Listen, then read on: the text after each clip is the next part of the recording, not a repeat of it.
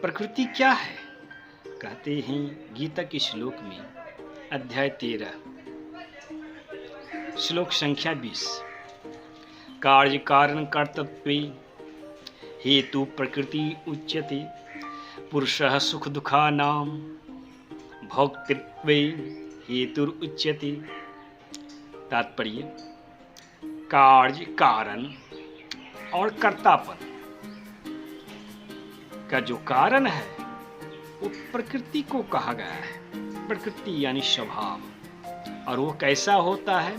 तो न केवल प्रकृति बल्कि पुरुष भी जो आपके सुख दुख का कारण है, भोक्तापन का कारण है, वह भी आपके अनादि है।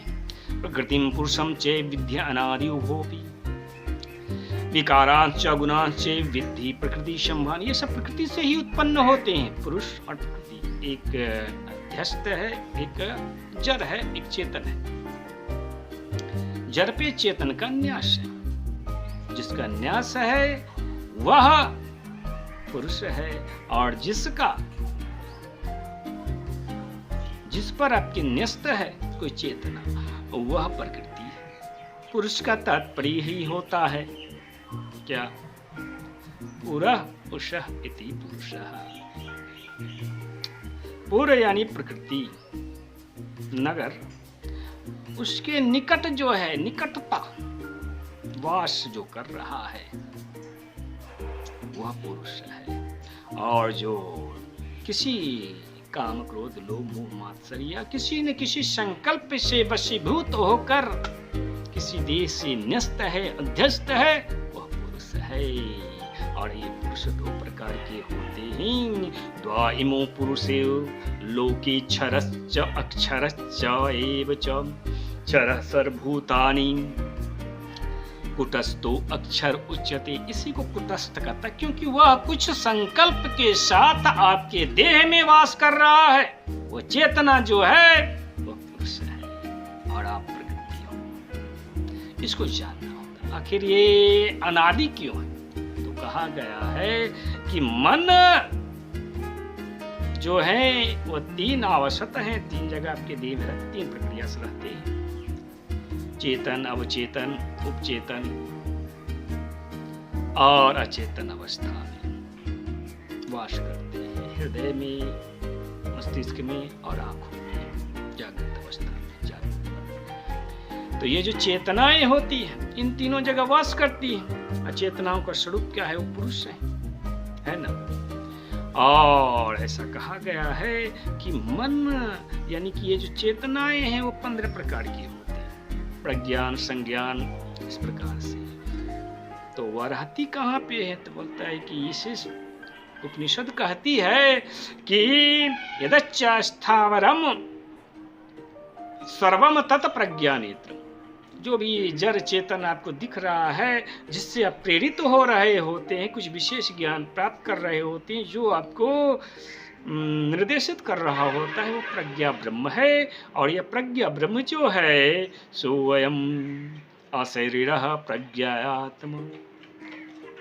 यह जो प्रज्ञा आत्मा है, प्रेरणा होती है, वह अशरीरी होती है। सुख शरीर, कारण शरीर, तुरीय शरीर, जीव या शिव। इसी को आपके गीता में कहा गया है, उपद्रष्टा अनुमंता च भर्ता भोक्ता महेश्वरा परमात्मेति च अपि उक्तो देहे अस्मिन् पुरुषः परः।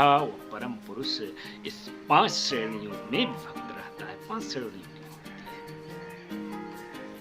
है। तो आज के इस अध्याय में हम लोग इतना ही जाने, आखिर ये पुरुष इस देह के साथ वास क्यों करता है? इसका कारण है इसी श्लोक में गीता में कहा गया, पुरुषः प्रकृतिस्थो हि भुंक्ते प्रकृति ही जान गुणान। प्रकृति में जो सत रज तम 3 प्रकार के गुण इस देह में ना वास कर रहे हैं। देह में आपका या तो सतो मार्गी हैं आप, या रजो मार्गी हैं, या तमो मार्गी। किसी प्रकार की चेतनाओं को आप पुष्पित पल्लवित संकल्पित कर रहे हैं, उससे प्रेरित हो रहे हैं और उसके वृद्धि कर रहे हैं, वार्धक्य प्रदान कर रहे हैं इस देह के माध्यम से।